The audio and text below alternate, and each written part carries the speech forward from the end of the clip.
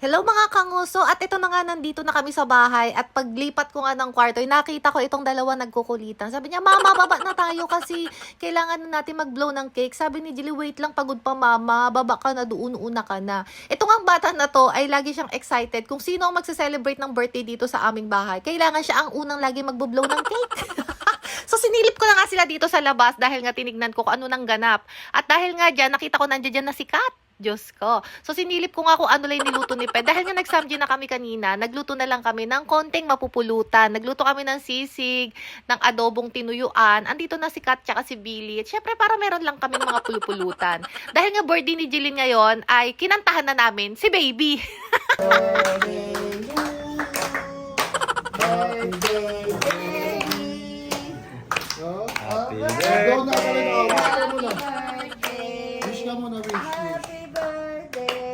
Wish ka muna, then blow muna. Blow, blow, blow, blow, blow, dali, blow. Ayun na.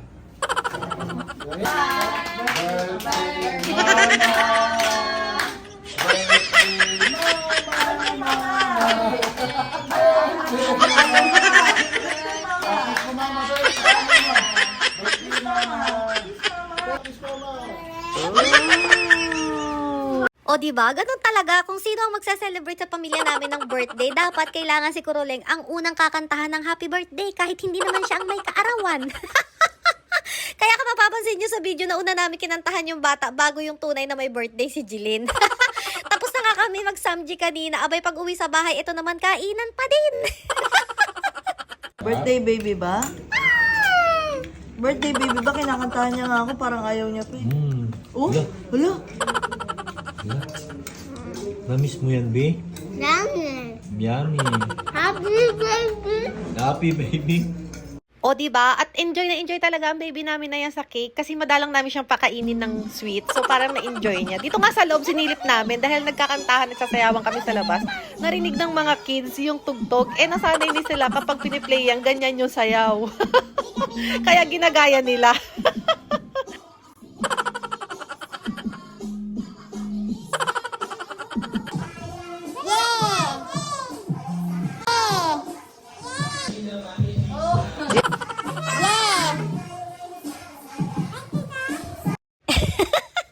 Ang kukulit ng mga batang doon, diba? Kaya tuwang-tuwa nga ako dahil pinapanood ko sila sa loob kanina. Dito naman sa labas, nagkakakantahan lang kami. And ang malungkot lang sa video na to, dahil nga late upload ko lang siya, ito pong naka-orange, wala na po yung ating kaibigan. Nagulat ako sa pangyayari, pero that's life. And sayang dahil sa susunod na uwi ko ay hindi na tayo magkikita, Mare.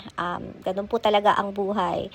And sa video po na to ay wala po naman kami ibang bisita, kundi kami lang ng aking pamilya. Yan yung mga tao dyan ay pinsan ko, si Jordan at saka si Icy. So wala pa kami ibang bisita kasi tamang shot lang naman kami dito para i-celebrate yung birthday ni Jillian. At habang nag-enjoy kami dito, may kumakanta, may sumasayaw. So yun lang ang trip namin. At least bonding with family, at least masaya kami. Tonto eh.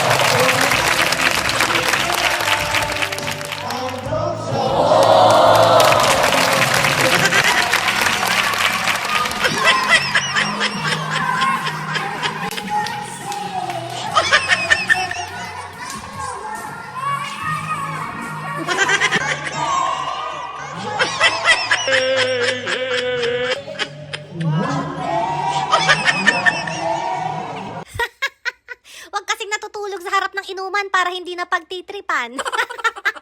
After nga namin dito, inuubusan kami ng yelo. So sabi nga namin ni Jillian, ay bibili kami ng yelo. Pero pinagtripan namin dito si Genesis. Uso kasi yung woman drone. So, pag ditripan namin siya dito, kunyari, ay ibibidyo niya kami, tapos iiwanan namin siya. So, kailangan mahabol niya kami ng video niya. Panoorin nyo to guys, ang lakas ang tama niya dito.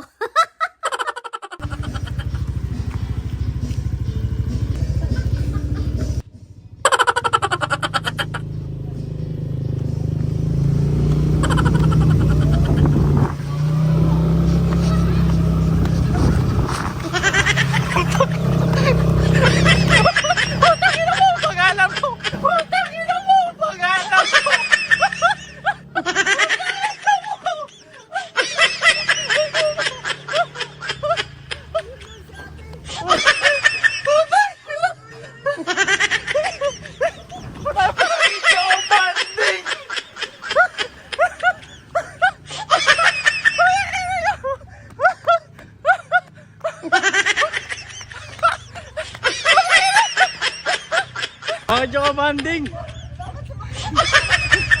Mali nga, ilit ko na naisip. Bakit yung kababanding? Ningil ako? Sa pabalik nung ka na naman. Oo. Sakay mo na ako. Dito kami mo, abangan mo kami.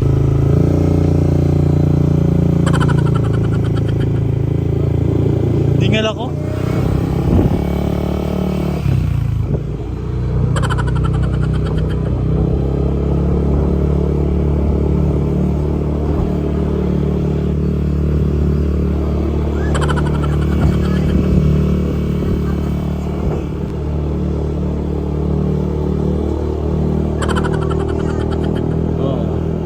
Bigla-bigla kayo. Diyan lang kayo, kunya, ano to, diyan lang. Pangit niya ka man! Ayop kayo. Diba? Ang lakas ng tama. Nagpaka-woman drone siya. Hiningal siya dahil hinabol niya kami para lang mabidyohan. Ni isa, walang nag-angkas sa kanya. Pumili lang naman kasi kami ng yelo dyan lang sa malapit. Yelo, tsaka konting pulutan, alak na rin. Umuwi na nga rin pala yung iba dahil patapos na rin naman ang aming agenda. Ay, agenda.